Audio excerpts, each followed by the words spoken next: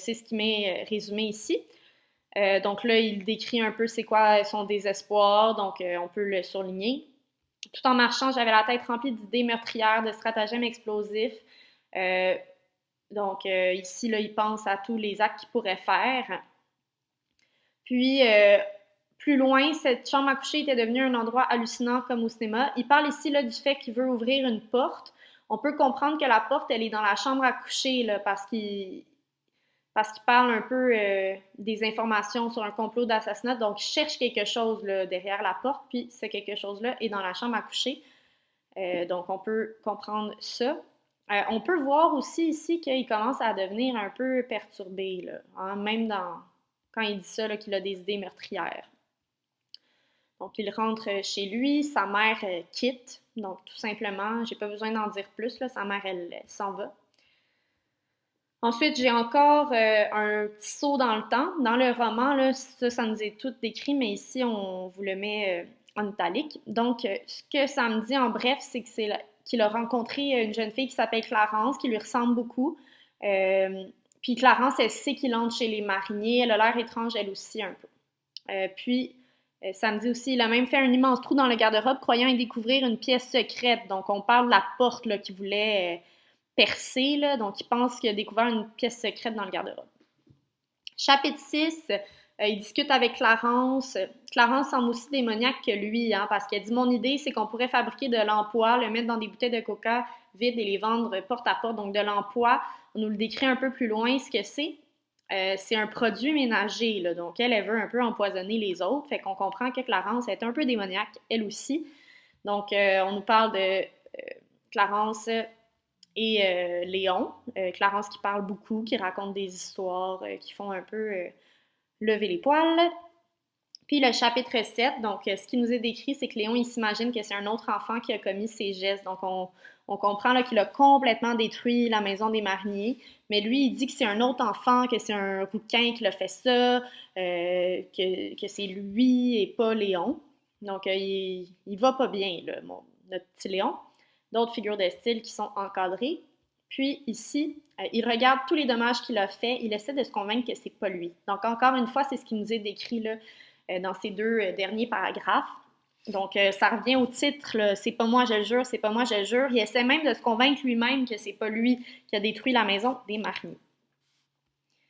Il continue à essayer de se convaincre, il dit qu'il faut nier, tout ça. Puis, il semble vraiment dérangé ici, là. Il m'était difficile de savoir ce que je faisais ou ce que je ne faisais pas.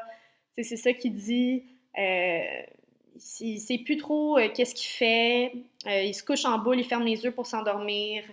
Il répète tout bas des mots étranges qui n'ont aucun rapport, là. Ios, Corfou, Dardanelles, Istanbul. Ça n'a aucun lien avec ce qu'il vient de faire. Donc là, on voit là, qu'il est vraiment dérangé. Il rentre un peu dans un état second. Puis là, il dit « J'étais dans la cave des mariniers, derrière la fournaise, et les cris qui m'avaient réveillé étaient ceux de la famille Marinier qui rentrait de vacances. Donc, il s'était caché derrière la fournaise, puis les mariniers découvrent le désastre alors qu'il est encore caché dans leur maison. C'est ce qui nous est décrit ici. Ensuite, ici, on continue, là, il se cache, puis il parle un peu de ça. Puis, à la fin... il parle de ce qu'il entend chez les mariniers, donc ça discute, ils émettent des hypothèses, puis il en conclut qu'il ne se fera pas prendre. Puis il comprend que M. Marinier ne l'accusera pas. Puis c'est la dernière phrase, puis c'est un peu triste. On comprend un peu à quel type de personnage on a affaire là, quand on parle de Léon. On peut lire, il avait conclu que les Vandales étaient au moins 5 ou 6, peut-être même une douzaine. C'était un point pour moi. Tout le monde savait que je n'avais aucun ami. Donc, en bref, je sais que Léon, il a 10 ans, que c'est un jeune garçon vraiment tourmenté, qui a un peu deux personnalités, qui commet des actes très répréhensibles, voire extrêmes. Il détruit la maison complètement de ses voisins. Mais il essaie de se convaincre que c'est pas lui toujours. Il essaie d'accuser d'autres personnes qui n'existent pas. Il est clairement tourmenté.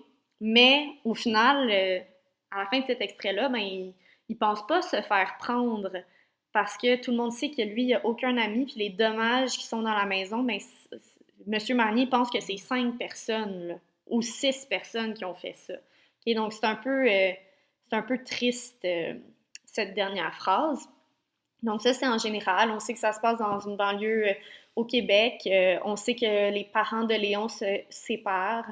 On sait qu'il a une amie qui s'appelle Clarence. On n'en sait pas plus sur elle.